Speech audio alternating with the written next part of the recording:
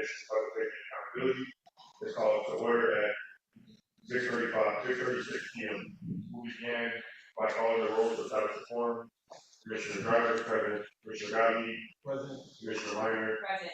Commissioner Rubio Rodrigo, present. Commissioner Terry is absent, and Commissioner Wortham will be joining us shortly with 6 out of 7 of the members of the Community Commission of Public Safety and Accountability present. I'm honored to conduct this public business. The next item of business is public comment. If you would like to share something related to the Commission's work on public safety and accountability, you have 3 options. You can speak at a public meeting. You can also put that public comment in writing or email your comments to Community Commission Public Comment at cdchicago.org. Or you can bring a copy of your comment for the Commission's public meeting and give it to someone or the Commission or someone on the Commission staff. People who want to speak during public comment period tonight will ask to make their name or any failure tonight. Names were then drawn at random by the Commission staff. Speakers will be called in order and will certainly be drawn. If your name is called on the public comment, we ask you to approach the microphone and line up your name is called. When it's your turn to speak, please say your name and swear when you call for your comment. Each speaker will have 2 minutes. You're allowed for 20 minutes of public comment. I will call you up in groups of 3 so that we can quickly do public comment. Our first speaker is Juan Tim, second is Nishi Rockford, and third is Pamela.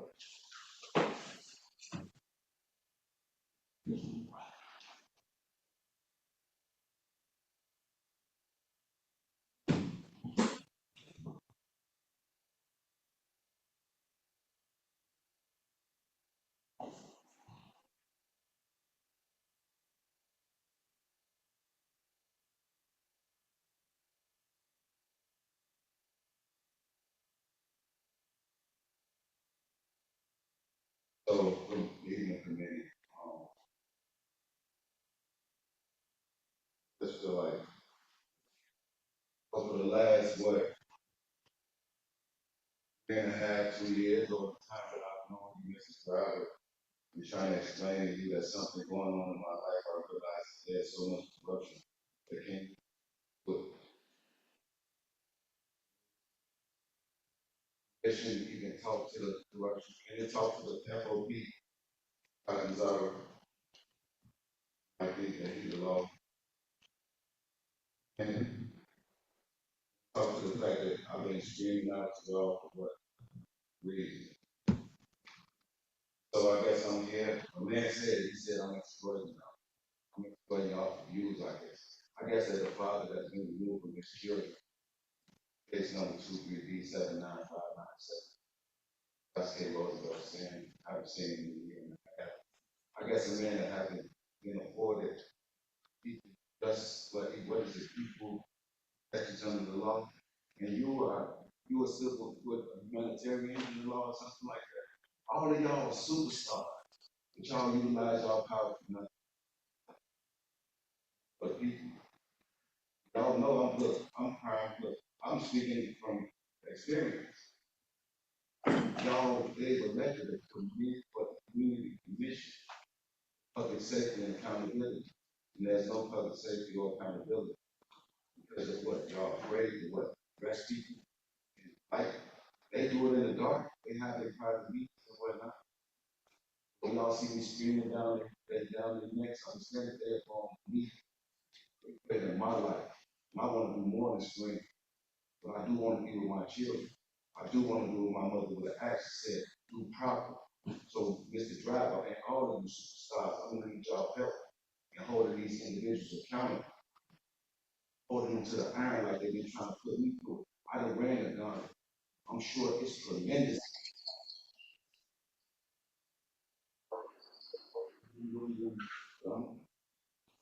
So, we are ready with super team, right? Elizabeth Rashford, Elizabeth.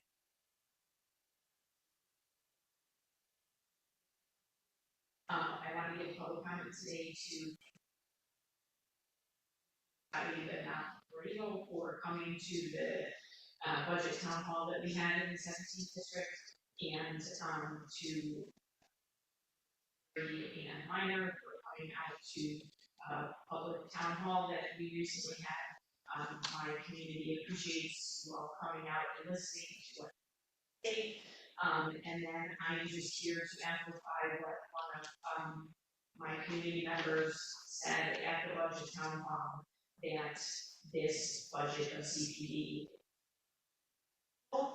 and must be addressed. I'm just happy to hear that the general and the judge at the consent decree here, the plaintiffs and the monitor are all in thinking that it is not an acceptable budget, and I'm hoping that that's the report that you all send to the city councils. Must keep accountability. We must keep BIA. We must keep the community. Must have victims, advocates, and what they're proposing is not acceptable.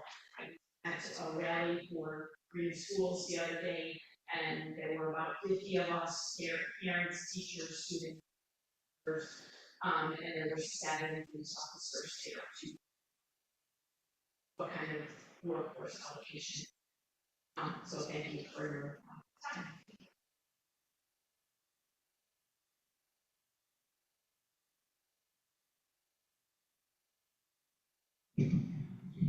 Hello, Commissioners. Kamala, K-A-M-A-L-K. I wanted to say a couple things. First of all, your purview includes the safety, welfare, and health of the people. This is not limited to policing, and no one's asking you to be a shadow city council or court. The demand is for you to take responsibility for the power that you have. Y'all are superstars. First of all, you should recommend the ending of the criminalization and surveillance of people in the illicit substance trades. Secondly, you should recommend the banning of biometric surveillance, including facial recognition and gait recognition technologies.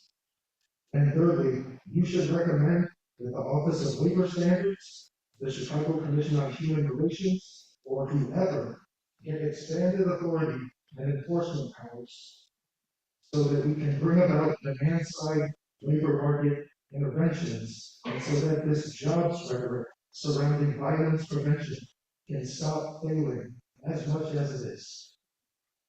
Right now, so-called job creators and business owners in the private sector who we turned over violence prevention to in the city, they refuse and they will not absorb certain communities at fair wages and working conditions, including queer folks, gender marginalized folks, disabled folks, and neurodivergent folks.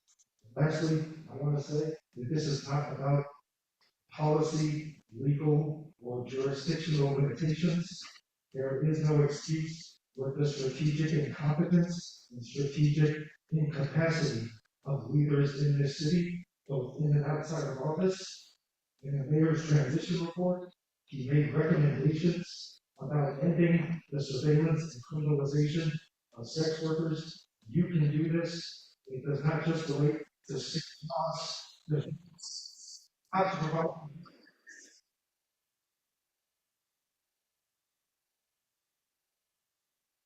Our next 3 speakers are Dr. Doyle, Antoine Hill, and Keith Miller.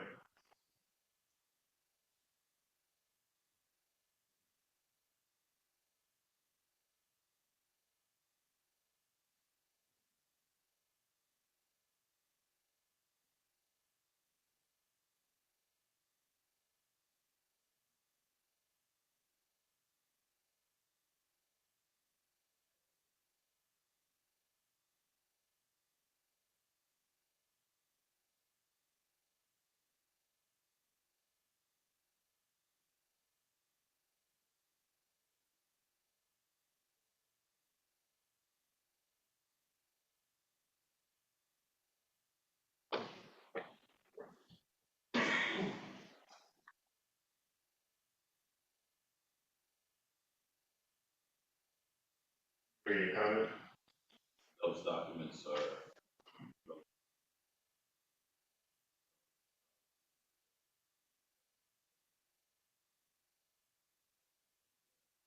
birth certificate,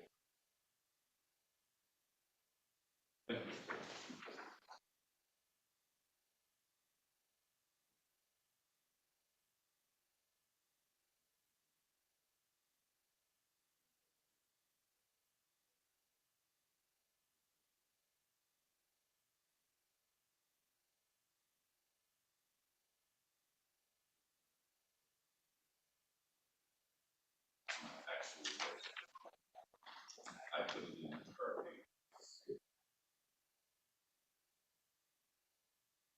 I'm gonna need you to go ahead and start. Meaning the website states, the website states no, nothing about supporting documents, so.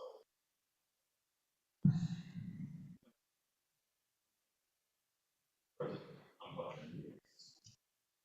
So, that being said, President Driver, last meeting you were not present, so my comments. Congratulations on making hard list to get on. You just all of us good for. Here's why my email address correspondence in the last 2 weeks. Dismissal.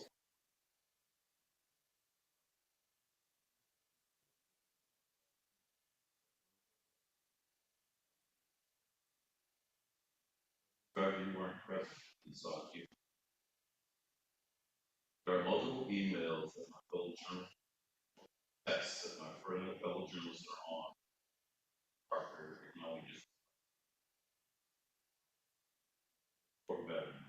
I have process started for her. President, and you are the president. That's my email address.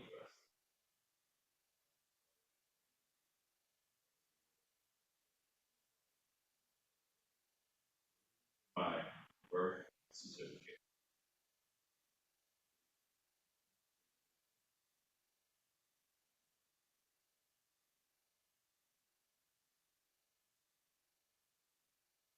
That's questions.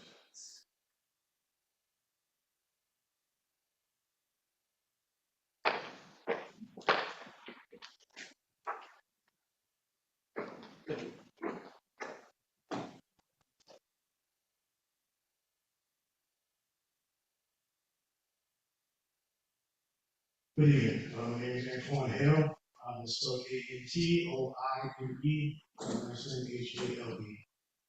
I'm here to talk about an incident that occurred on December 8th, 2022. I was stopped by 2 officers. I was dropping off a friend. They were on another routine stop. At the end of their stop, they pulled in front of me, turned their lights on. It was unjust. I'll start by saying that. As they approached my vehicle, they told me that they heard me beeping a horn, which they did hear a horn, which was another car that was in the immediate vicinity that their alarm was going off. They were very aggressive in nature of that stop. I wouldn't roll my windows down based on their behavior, so I asked for a sergeant. Sergeant came out, he supported this behavior. During that time, one of the officers pulled out a gun on me, opened my door, again, unjust. I put in a complaint with COPA, and they just released the report 2 years later. And, I requested all the officers' body camera information. And they deemed that the stop was unjust, they deemed that the temporary detainment was unjust. But on the heels of that, they closed the report, and nothing happened on the heels of that. So I'd like to know from you guys what happens if you're deeming everything unjust and should have never occurred. I could have lost my life. Not okay with me. That's not okay with my 6-year-old daughter. So again, we can talk after the meeting, but I'd like to know what happens next. What happens to the officers? What happens to that sergeant? And also what happens to Cole? Thank you for your time.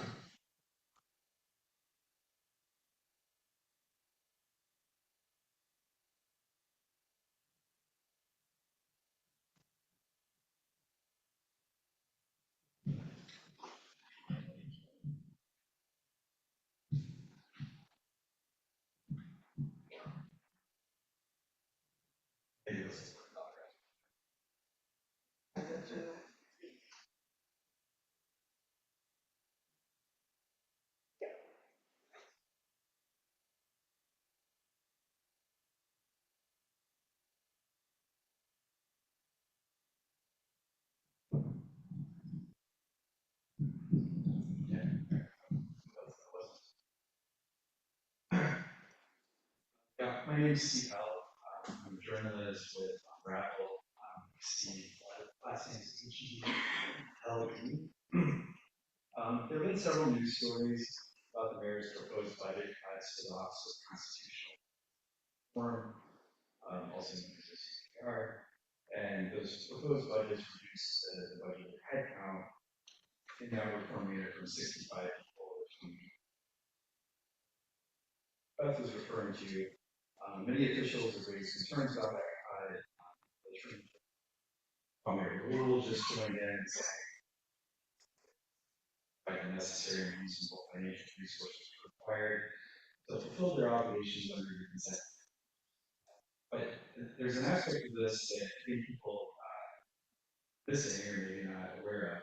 What hasn't been reported, according to CPU records that I've received via FOIA, that in August, OCPR only employed 23 people. Then in September, they transferred 4 people out of that, and with 19 people. So there are only 19 people in that unit where they have a budget for 65. So as we're arguing for more money for the same line item next year, if you don't already know that headcount, officials like yourselves should be asking, why didn't CPD use the money this year? It was in their budget in the first place. Same thing happened the year before when they had a budget for 45 jobs. And according to CPD records, they only filled 14. Know that they're only in compliance with 7% of the consent decree in 5 years. So when they had the budget for CPR, they didn't bother to use it to actually fill those jobs. Why should anyone believe if they get more now, that'll be any different? His asset that you keep that in mind and fill 2 positions the last 2.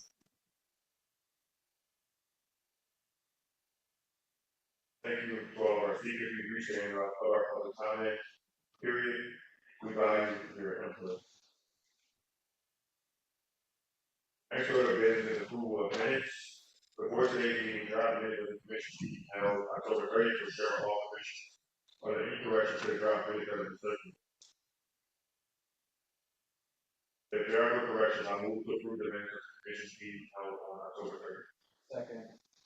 Commissioner Driver has moved to approve the minutes of the commission October 30th meeting. Commissioner Rubio Rio has seconded the debate on the motion. Hearing none, we will now move to a vote. Those in favor of the minutes of October 30th meeting, please signify by saying aye. Are there any nays? The ayes have it, and the motion carries. The minutes are approved.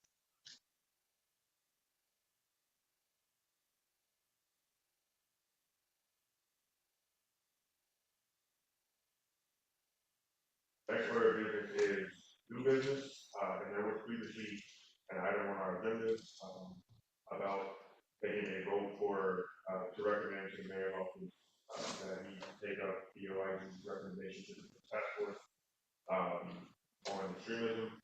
I will speak for myself here that I don't think we as a commission necessarily, I personally do support that recommendation. That is not, to be interpreted as a shot at the mayor's office, but for me personally, simply to say that I do believe that this. We also passed a order on bias organizations within the Chicago Police Department. I do think this is something that, if there's more to be uncovered, that it's a good idea that it's good government to have a group of folks with who wear different hats who take the so we're not going to take that over this time. I would like to personally be on the record saying that recommendation that the mayor's office in the task force believe that first, but I will not speak to the mayor's office, but that is the way that I feel about that.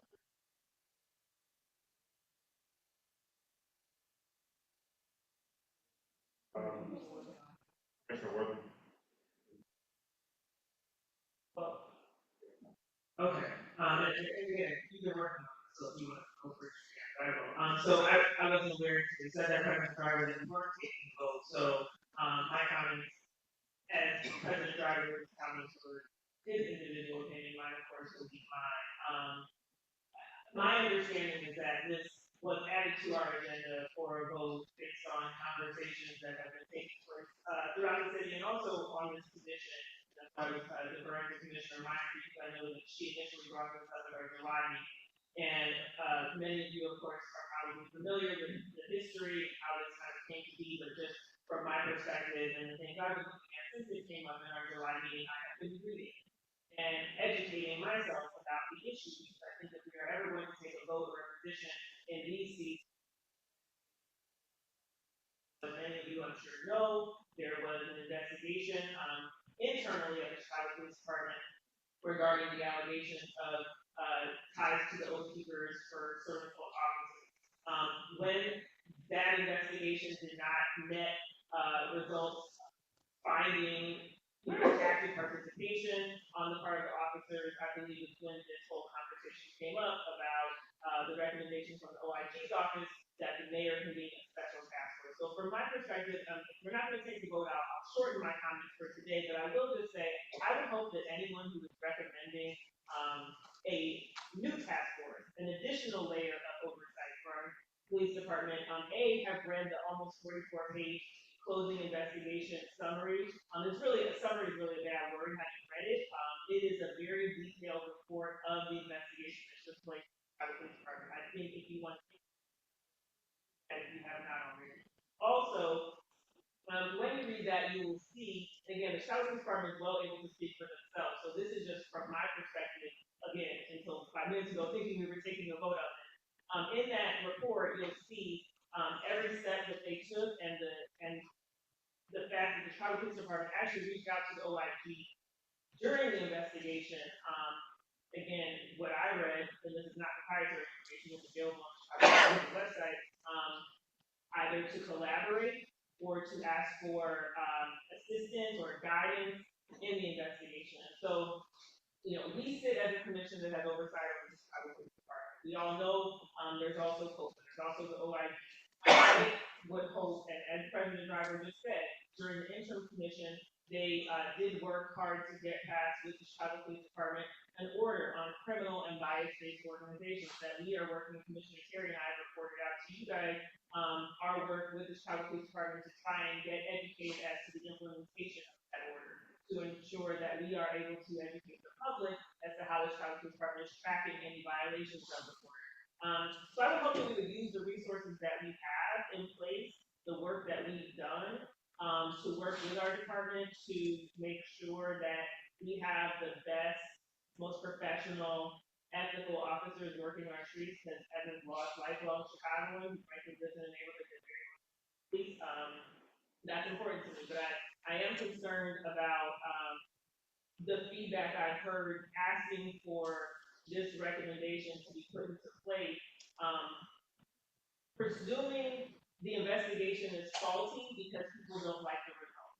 And I think we need to be careful about that precedent, and think about how we would like that type of analysis applied to an investigation that was applied to us if we were the subject of it. So that's what I'll say on that if we are not voting today, but if it does come to a vote, I'll probably have to. Hi, everyone. I just wanted to speak a little bit about some of the work that we've already done internally as a commission, in regards to this work. First of all, I just want to uplift the policy that's on your mission, which is DOA 03, which, and as well as President Breyer, which would address, hate. I also want to address the fact that myself, Commissioner Terry, and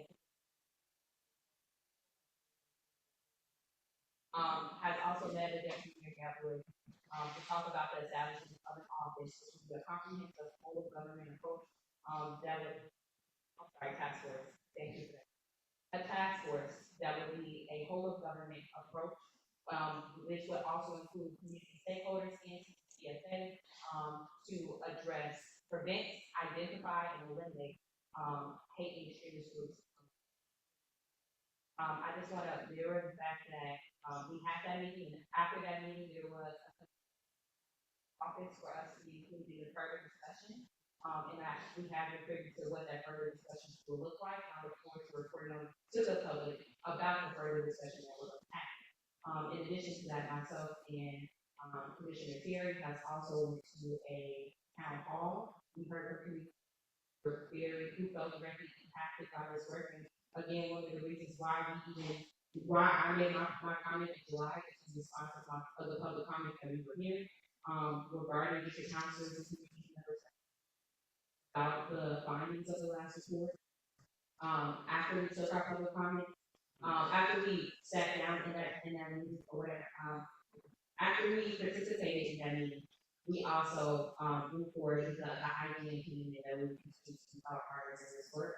I'm so grateful to President Dark that it sounds like you're definitely affirmation of us continuing this work, because I do believe that it's important. I do believe that we need to make sure that we can trust our officers. I believe that there is a code and standard that officer who is in our force takes on when they decide to serve and protect. And I believe that this work is a critical layer to addressing that and making sure that that's standard. But I think that when it comes down to how we have this accountability system, it's an ecosystem. It doesn't just begin or end with one organization, one group, but we all have to work together collectively to make sure that there is a standard, a code of conduct that's enforced and followed up upon. I do believe in the recommendation of the task force as someone who has been a part of government and understanding how we create a task force, how to appoint task force members. I know that that work is critical and important. It's important for us to have, as President Driver said before, other people who have an interest or they have even subject matter experts that comes from all different walks of life in this one room, talking about this issue, right?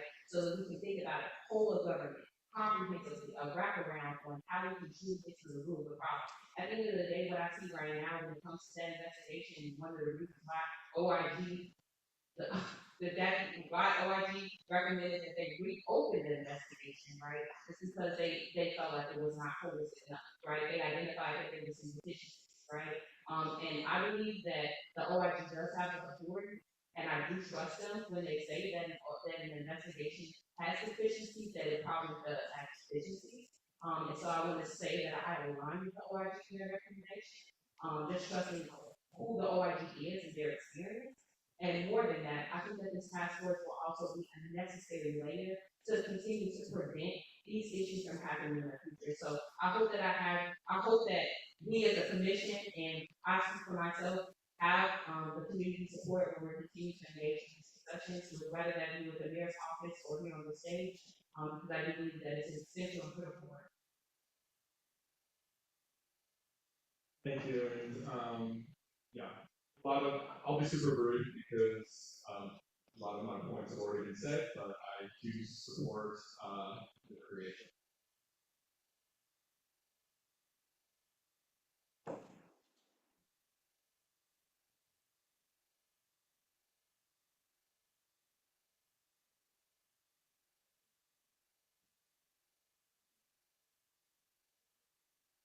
Yeah, I too support the creation of this task force. I just think that it is a welcome recommendation from the OIG. I just think that it would be nice to have some more information about what this task force will entail, so we could come to the public in an efficient manner of the dialogue. So I as well support the creation of this task force. I think extremism, especially an institution that is designed to protect its constituents. I also want to say that I agree with a lot of Commissioner Ryan's points. I welcome the recommendation, but I welcome the information from the mayor's office on what this task force will look like.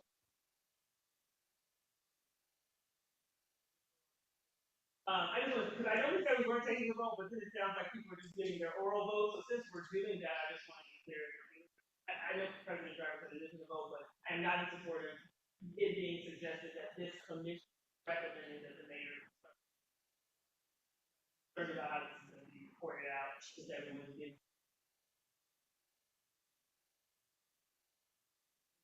getting their oral non-vote votes. But I understand. In closing, I'll say, I've read this entire very familiar with the issue, very familiar with the cases. I've read them and listened to every, and my support was not or, it wasn't even related to this case specifically. The way I view my role as a public servant is that even if I have strong feelings and feel one way or another, a part of my job is to ensure that the Inspector General is a very important piece. Inspector General is saying there's some deficiency, raising alarms if COPA or any other agency, with something that's critical. My support is to say that we have to be good stewards. If nothing to be found, then it won't be found. If there's something that we can do better, then we'll uncover it. So that's where I was coming from with that. I wasn't specifically referencing these cases. I do, I feel like I failed, and I feel like this commission will fail, if we do everything right, but the public doesn't believe. I want to do the best that I can to make sure that we do have that trust. And I've gotten hundreds of, I've talked to other commissioners here who, I guess, we're not getting the automated emails, but I've got about 200 emails about this subject, inquiring about the same things. I have been absent on part of the last week, so it was on me and Commissioner Terry at the second committee put that item on the agenda. We can always take things off or decide not to vote, but if we want to have to notice it up. Clearly, we have decided to not speak as one vote. But I did want to, and I haven't had the opportunity before, right? Wasn't for that. I haven't had the opportunity to do the town hall that my fellow commissioners have been doing. So it was important for me to get express on this subject. This is also not new. And that information 2 months before it, we're talking about a whole 8-month process. With that, if nobody else would like to, I will move forward with the next item.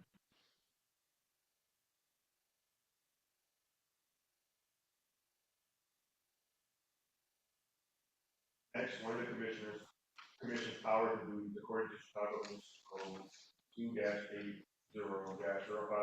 is that every year the commission must review the police department budget, and before the city council votes on the budget, the commission comment on your recommend changes.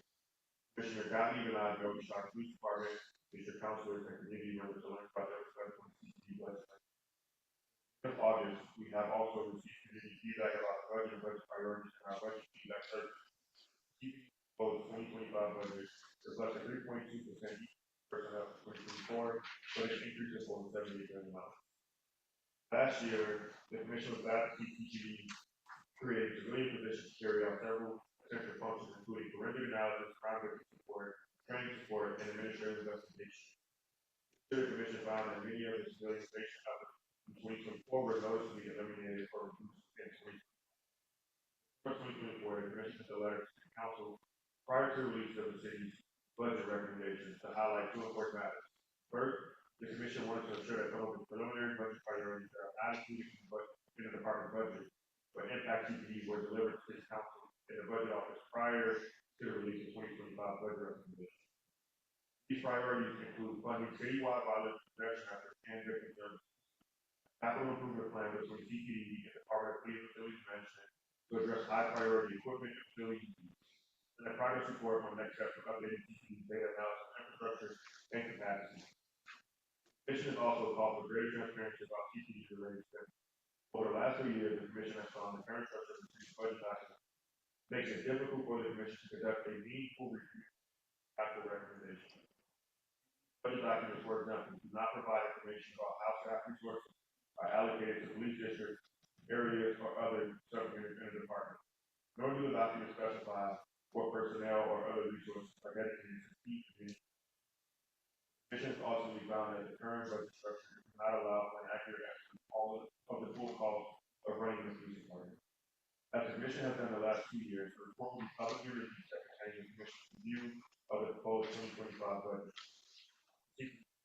Any recommendations the commission has on CPD's proposed budget will consider extensive community feedback the commission has received so far, CPD's proposed budget and presented priorities, and any possible forthcoming changes made during the budget process. As always, the commission will continue to assist the CPD public safety resources effectively and equitably to keep all citizens safe. Tonight, to further inform the commission tonight to further inform the commission and public about the CPD budget, Director, and Ryan Fitzsimons, to give the commission a briefing and to answer questions related to the PPP question. Later in the meeting, the commission will provide an update on the project. Ryan, can you please come up to the floor?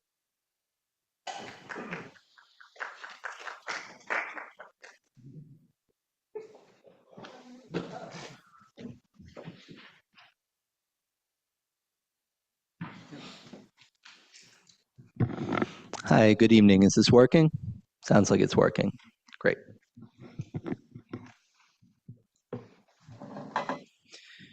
All right, so before we launch into it, my name is Ryan Fitzsimons. I'm the Deputy Director within the Office of the Superintendent. I work primarily on budget matters for the department. I work in collaboration with the Office of Public Safety Administration, the Office of Budget and Management, and the Department of Human Resources. I'm going to keep this fairly brief because due to the City Council meeting today that eliminated the $300 million property tax increase, everything that is in the budget right now is probably going to change. So I will be presenting on what is in the budget that was put before council earlier in the month, but please have the knowledge that it's very much in flux right now. So our goal for this budget was basically to ensure public safety while still pursuing reform and acknowledging the budget issues that the city is experiencing. We were able to accomplish a few things. We have a 59-member Office of Crime Victim Services. We have a 7-member Office of Equity and Engagement, and we're going to continue working on our forensics lab to pursue accreditation there. Some of this was moving positions that were already budgeted around.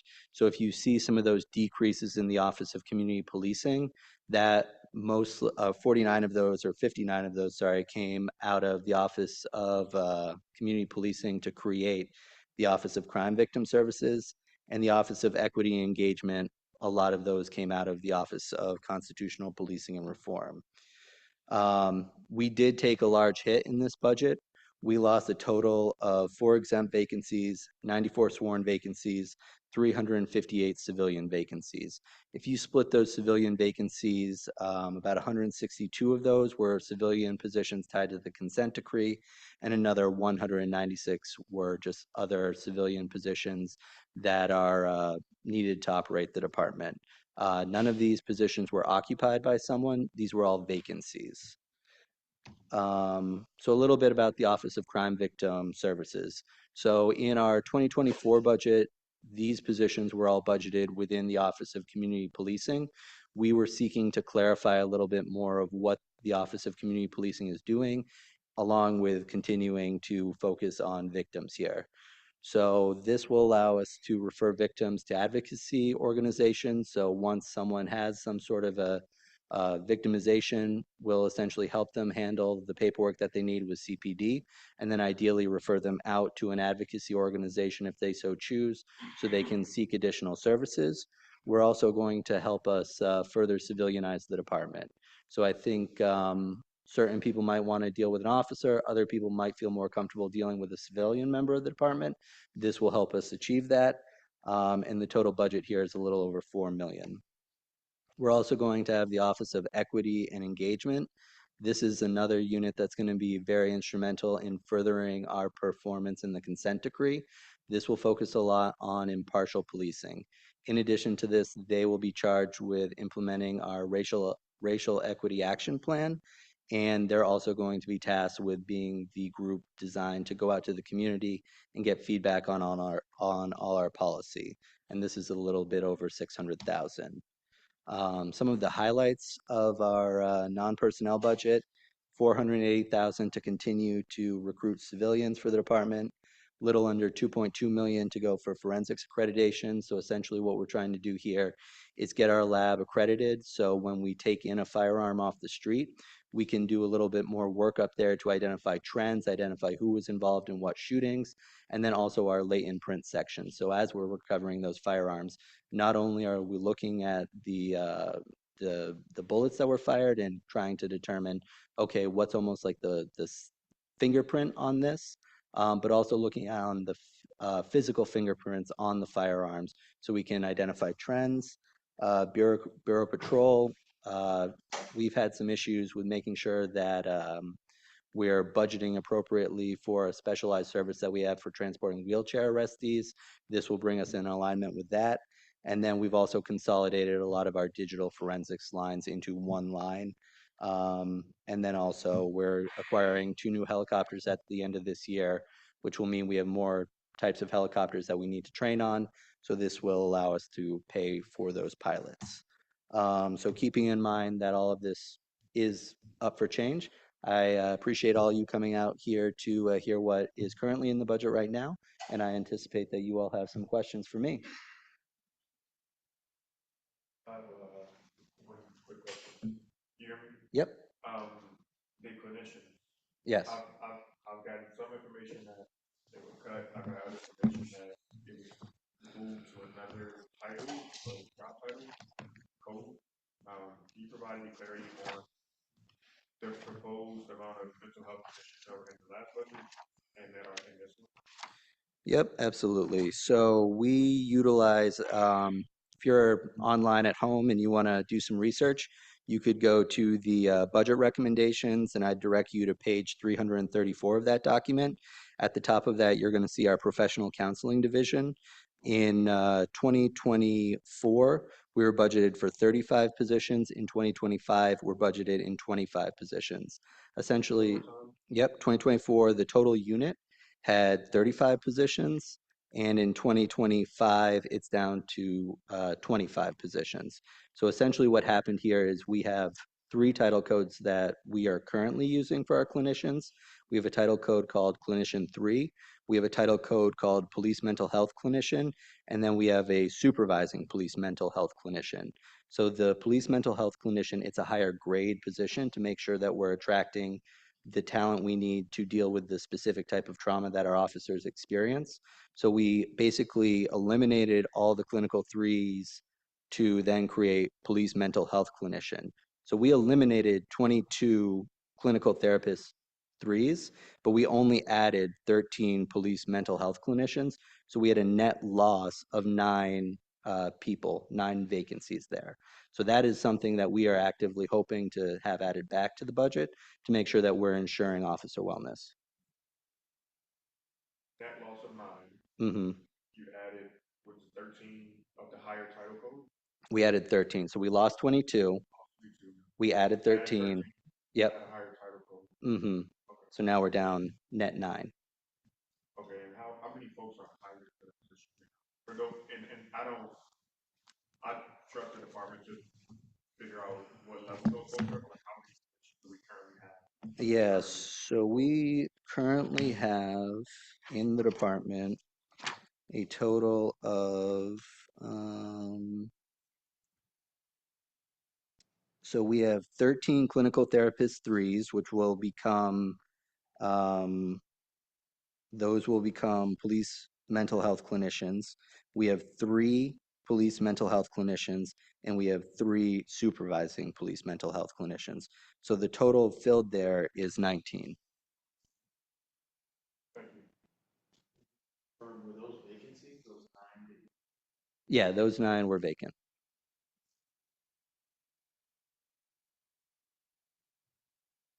Oh, sorry, any other commissioners, that was all my questions, thank you. Hi. Hi. Thank you for your report. Kyle, my question is about the 94, do you have that number at the 94 sworn vacancies? Mm-hmm. So, okay, 94, and I realize all this is subject to change, but as of now, 94 sworn vacancies eliminated. So if they were not eliminated, but for the elimination in this draft version, would those be like 94 additional spots that could cycle through the academy? Is that what that is? Just like, I guess, does that question make sense? Yeah, that makes sense. So, I mean, like, to put it, Oh, go ahead. so we essentially are budgeted for a certain number of positions, right? Right now, we have a little, let's ballpark it around 1,200 vacancies, right? So if we had 1,200 people who were like, I want to be a CPD officer, let's come on, let's do it. Not all of those are PO vacancies. We have detectives, we have field training officers, all those sort of things. So those 94 are just all sworn uniform positions. It's a combination. Yeah, so it's 20 evidence technicians, and then I can't remember what the other breakdown, some of it was PO, but it's a sworn officer, someone with a firearm who's sworn to uphold the law for the city. So like in a super ideal world, like for your example, where we got, let's say, 1,500 applicants started having we were running classes, Hmm. we would have 94 less spots, theoretically. Theoretically, yeah, Okay. yep. Is now, and just my second question, I understand every department in the city needs to try to trim places. Is there any version of reality where the department can propose if no sworn positions are cut?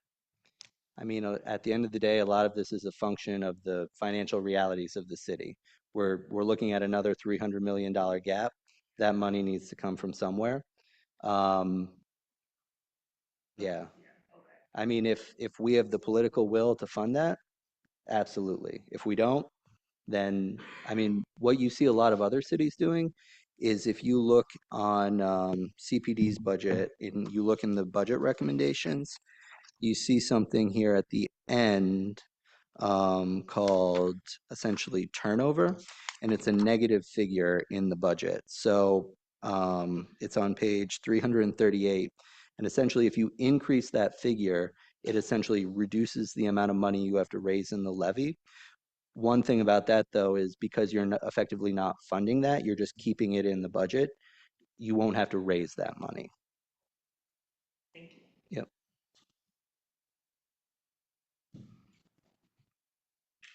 Thank you for this presentation. I want to talk about the cuts to the Office of Constitutional Policing and Reform. Right now, I mean, a number of people in the Senate monitor, the Attorney General has expressed concern about this. I too am concerned. Right now, we're at 46% preliminary compliance, 7% full compliance at current funding levels. So I believe preliminary compliance were much higher than 46%. I think we're closer to 80 or 90 preliminary. Secondary, we're 46%. Okay, sorry, secondary, excuse me.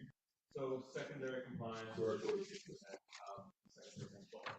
Regardless, there's still clearly a lot of work to do.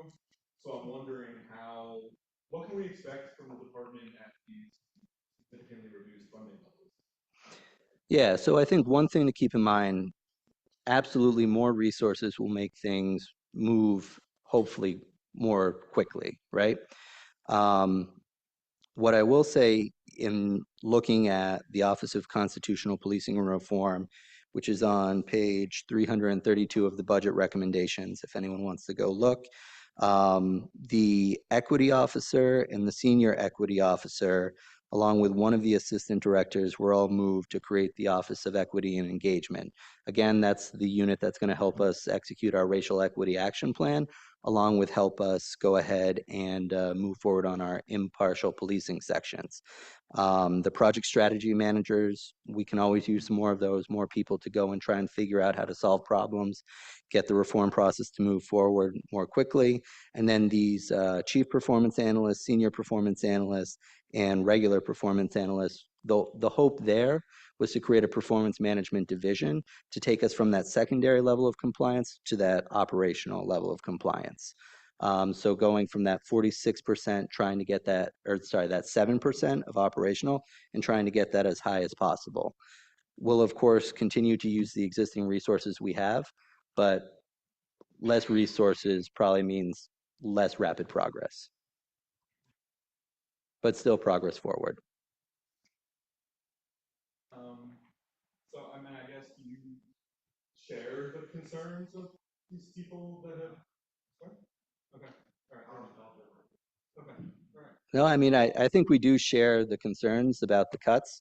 I think my biggest concern about all of this is how quickly we can hire in the city. The city's hiring process is our largest impediment to our vacancies. So in 2023, we hired approximately 100 civilians. This year, as of today, we have 160 hires that we've done, and we're projecting that by the end of this year, we'll be at 179 hires. keep in mind, we went into the year with around 600 vacancies, so we have much more to go. I'm sure you guys see this when you're trying to hire people for your department. Every single department needs to try and figure out how we can hire more quickly. That's my biggest concern.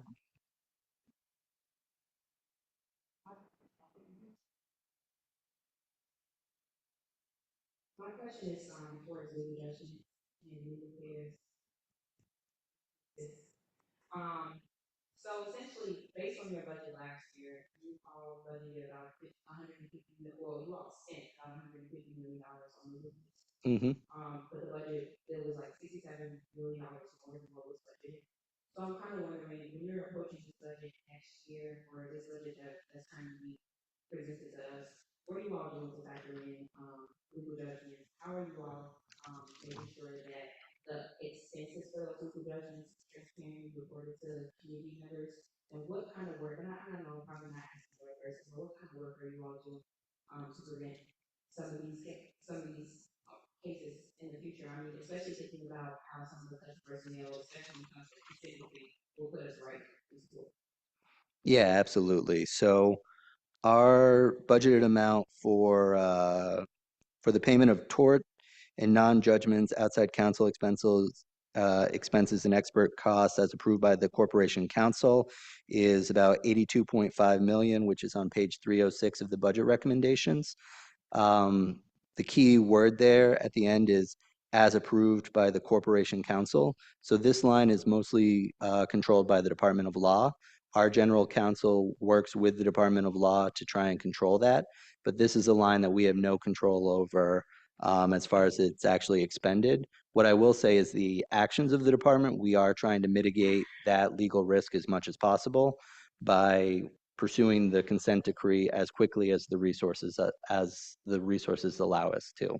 So as we continue to implement reforms, ideally we'll see that coming down. But many of these cases take years and years and years to make their way through the courts. So we won't see probably that number moving down. It won't be next year. It needs to be a sustained effort to make sure that we are getting these changes done. I think the judge for the consent decree had a quote in the Sun-Times or the Tribune essentially stating, this is a marathon, it's not a sprint. We're here to go the distance. We're not trying to get this done immediately, but we're trying to move as quickly as possible to make sure that we have enduring change to bring that down and solve the underlying issues there. And when you all go over forecasted costs for legal fees, what do you want to get the money from? So that would be a question for, I believe it would be the Department of Finance or the Office of Budget and Management. Especially when it's a large figure like that. We do fund accounting in the city of Chicago, so essentially you could think of it for us almost as like 4 buckets, one for services, one for travel, one for supplies, and one for livestock. And I can move things around within certain buckets, right?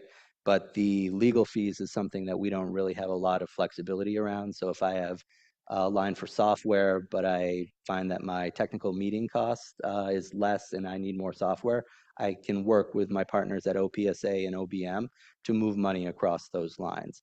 But large sums like that would have to go to Department of Finance or Office of Budget and Management to find that.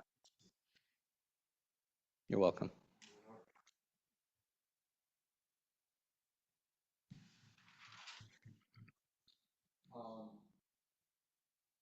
One of the things that I noticed working, I've worked with 3 different elder people, and one of the things that I've noticed on the ground is the community policing office, specifically CAPS, is having a difficult time, at least in the North region, recruiting young people to get involved with the CAPS office. Can you speak to if the funding for youth programming is specific to certain activities, or if those are broad budget line items that the community policing office can use at their discretion at the district level? If you know the answer to that question. Yeah, so there is money for the district advisory councils and the youth district advisory councils where they can come up with some sort of ideas as to what they need to do. There are limitations as to how much money can be spent. One thing I will say that impedes the progress that CAPS has is officers have to front the money themselves and then get reimbursed. So as you guys know, as city employees, there are no credit cards for city employees. So if you're trying to put together some sort of a youth engagement, and if it's like, oh, we're gonna have a movie and some pizza, probably you can find something streaming that you're not gonna incur a lot of cost, but the officer will have to buy the 4, 5, 6 pizzas and then hopefully get him reimbursed in 30 days, but it's not uncommon for them to get reimbursed 30, 60, 90, 120 days. Is there any process to maybe make that easier or more encouraging for the officers to be more creative about the way they use those funds? I'm concerned because those are funds that are going, toward young people, and that engagement is needed. So I don't know if there's best practices that could be acquired, so that process is a little more encouraging for officers to be more creative with the way that they do their work. I understand there's so many other challenges to that, but I don't No, know if that- no, I mean, I think the biggest thing that would really help the officers get more creative in what they're doing is not having to front the money themselves. I think it's very unique in the city of Chicago that this is a standard business process.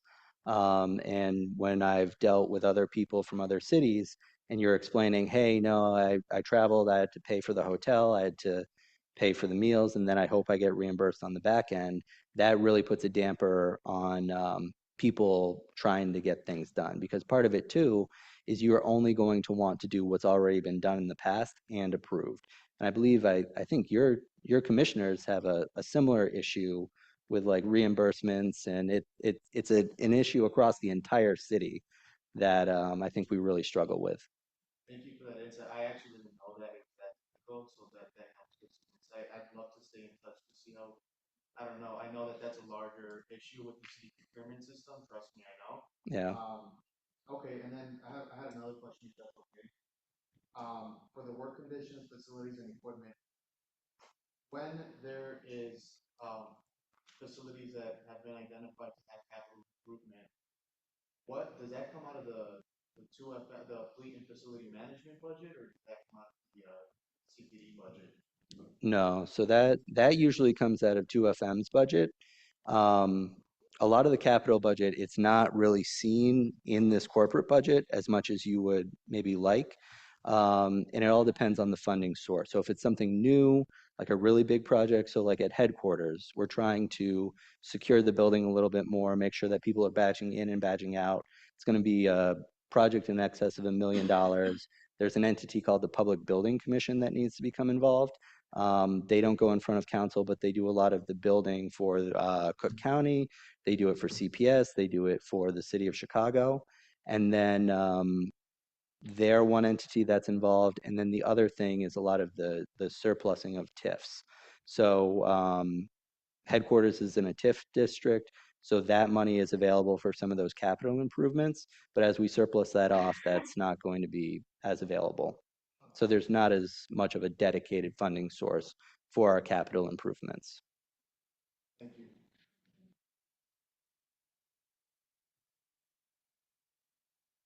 I have one last question. In regards to, as of right now, we're looking at around personnel costs. And I'm guessing the second iteration of this budget, there might also include a level of personnel costs. And so when we're thinking about, I know right now, CCD is working on the workforce allocation study. But until the study is actually completed, which will take probably another, I don't know how long, right? What are we doing to ensure with whatever proposed personnel costs that we're still having a level of equitable coverage throughout the city when it comes to workforce allocation, different districts? Yeah, so I think what we do is we look at calls for service, we look at crime, and we're constantly reevaluating as officers are coming out of the academy where to assign them to districts. In addition to that, we have a number of area teams which we're able to allocate resources as needed to make sure that as things occur, we have some flexibility in our staffing. So it's not a huge insurmountable ask as maybe things surge from one district to the next, the deputy chiefs over those districts would be able to move resources as needed. Commissioner good. Thank you All right. so much for your presentation. Thank you. You're welcome, everyone. Can y'all hear me? Yes.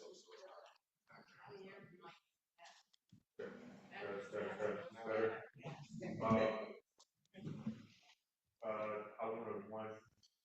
you, but two, I would like to provide some information on and again, it's just, as an individual commissioner, when we look at consent decree compliance, I've truly learned to look at this after the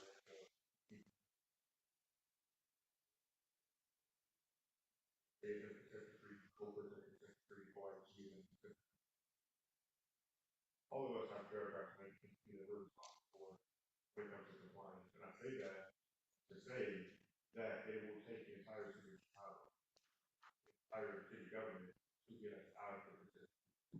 That is what it costs money. Personally, when I hear that I can construct that, that is very disheartening to me. I consider the fact that we worked with the superintendent last year. There were sworn positions traded for 400 civilians, and it was supposed to do things like help with victim service advocates. And now that those are getting asked, that is very disheartening. I understand that our city is facing tough financial challenges. I don't envy the mayor, nor do I envy the council. Let's figure out where those special challenges, those tactics, wherever that come from. But for me, as a CCPSA commissioner, I personally believe that those positions can put back into the budget ASAP. And I also am trying my best to work with the department and others to figure out how to streamline hiring. I think that's also been an impediment for our commission of the city departments. But I do believe that it's really unacceptable.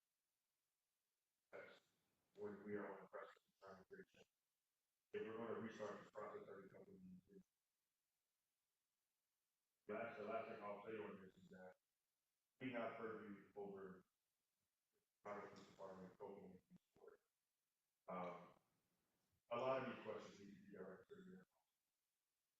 And I'm not saying it's all for the commissioners or even to the audience, but speaking generally, that's where a lot of our questions and answers need to be at. I'm not trying to inform you on how to approach that, but that for me is who I am choosing question stories. That's who I bring in on when it comes to our budget recommendations. Is how we can all work together. Because I do believe those are very, very, very critical positions. I believe those are direction. That is just working here for that. And thank you, Ryan, for taking time. Thank you, Sarah, for coming. Our next order of business will be reports and update. Commissioner Ruby Rodrigo will update.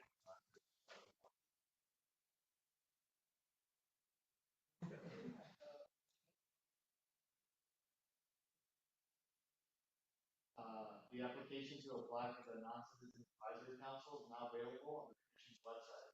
The commission is accepting applications for you to apply if you are a non-citizen living in Chicago or work directly for non-citizen. Want to advise the commission on public safety concerns, non-citizen issues. Please understand the commission commits to preserving the privacy of all applicants, and at no time will applicants be asked to disclose information. Thank you. Are there any comments from Commissioner? Next, Commissioner. I'm very glad we even say that. That's something. Next, Commissioner Gottlieb will provide an update. Thank you, President Driver. So to be brief, just the commission is hosting its first traffic stop listening session on December 17th of this year at the JLM of London Life Community Center. This will be the first of many listening sessions the commission will host in each district, most impacted by traffic stops.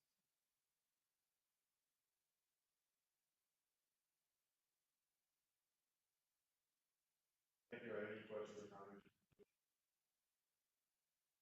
Hearing none, next, Commissioner Weather will provide an update from the policy work. All right, thank you. So, at our last meeting, Commissioner Perry and I updated everyone regarding the CPD policy work group on, the CPD policy work on, General Order GO 111, which is the draft order that will govern or provide guidance for the department's relationship with both the CCPSA as well as district counselors. And so we've gone back and forth and gotten a lot of great feedback from our district counselors as well as the community, and had some great meetings with the department. The department this week got us their most recent draft incorporating the feedback we most recently gave them. And so, will, I'm hearing. We're gonna then, start now on our engagement. So this department's most recent draft did incorporate the feedback that we gave to the district council community members provided for us. And so we're now going to start our outreach and solicit feedback on that draft for the next 30 days. And continue to work with the department on that. I believe there's a, yes. So the, QR code behind me, is what you can use, for feedback, and we will keep the public updated on it.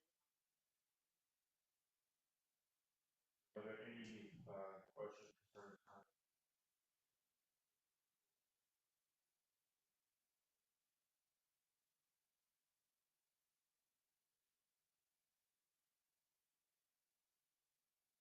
I also just want to take a moment to acknowledge the officer and the community. It breaks my heart to know that this is a recurring issue. Where we're losing young people in the force. I also am heartbroken at the fact that he was responding to a traffic stop. I think that as we think about and approach these sessions, it's important not just to think about how traffic stops officers to make sure that we're all working together, collaborating to find a better solution.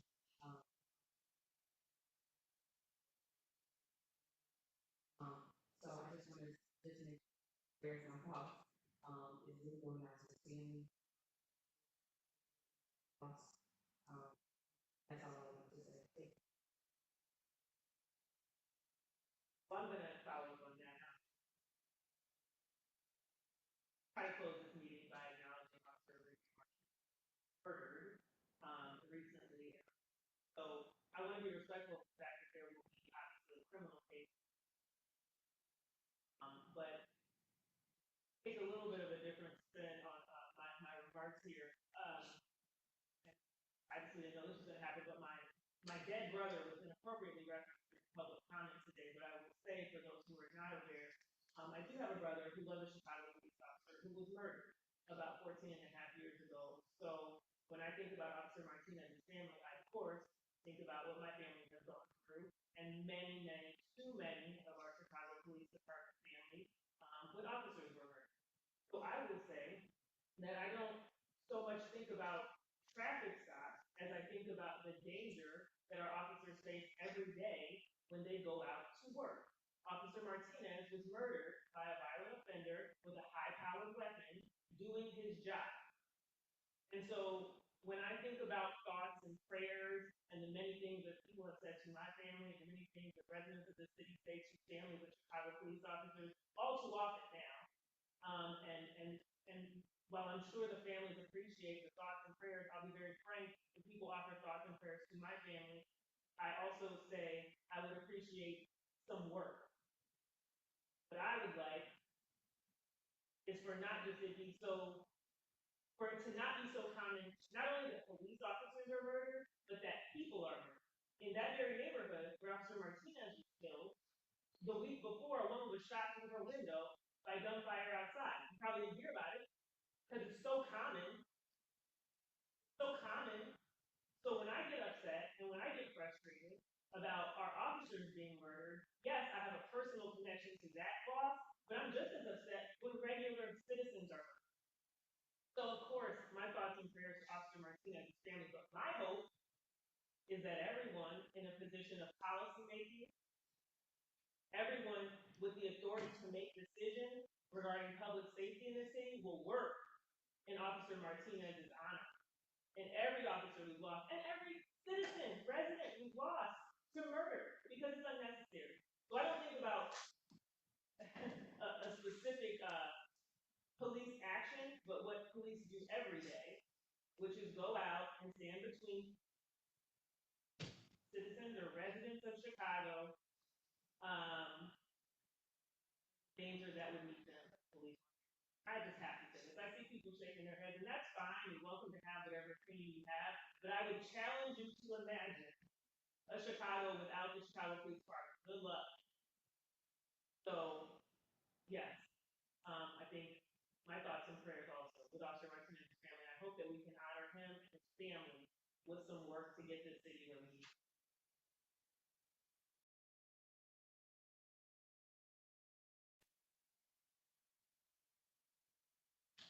Thank you, everyone.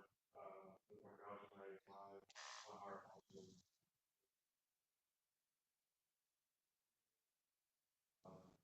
I would also hope that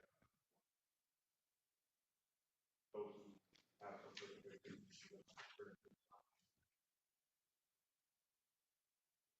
thanks for everything, very well, before at 6:30 p.m. at the Irish, there being no further business before the